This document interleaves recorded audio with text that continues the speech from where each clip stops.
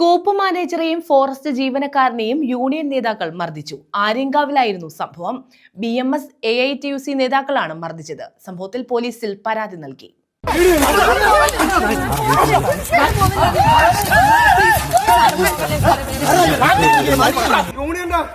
പഞ്ചായത്ത് സമിതിയുടെ പ്രസിഡന്റാ അവനെ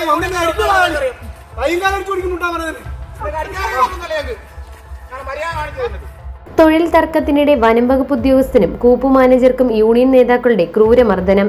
Aryankavu beat forest officer രാജേഷിനും മാനേജർ ബിജുവിനുമാണ് മർദ്ദനമേറ്റത്. ആര്യങ്കാവ് കരയാളർമെത്ത് 1964 തേക്ക് തോട്ടത്തിലായിരുന്നു സംഘർഷം. കരാർ അവസാനിക്കാൻ ഒരു ദിവസം മാത്രം ബാക്കി നിൽക്കെയാണ് BMS AITUC പ്രാദേശിക നേതാക്കൾ സ്ഥലത്തെത്തിയപ്പോൾ തർക്കമുണ്ടായത്. ഇതിനിടെ കൂപ്പ് മാനേജർ ബിജുവിനെ അതിക്രൂരമായി നേതാക്കൾ ചേർന്ന് മർദ്ദിച്ചു. ഡ്യൂട്ടിയിലുണ്ടായിരുന്ന ബീറ്റ് ഫോറസ്റ്റ് ഓഫീസർ രാജേഷ് പിടിച്ചുമാറ്റാൻ എത്തിയതോടെ രാജേഷിനും മർദ്ദനമേറ്റു. വനിതാ ബീറ്റ് ഓഫീസർമാർക്ക് നേരെ അസഭ്യവർഷവും ഉണ്ടായി. സംഭവത്തിൽ തെന്മല പോലീസിൽ RFO സനോജ് പരാതി നൽകി. മർദ്ദനമേറ്റവർ വിവിധ ആശുപത്രിയിൽ ചികിത്സയിലാണ്. News bureau, Aryankavu.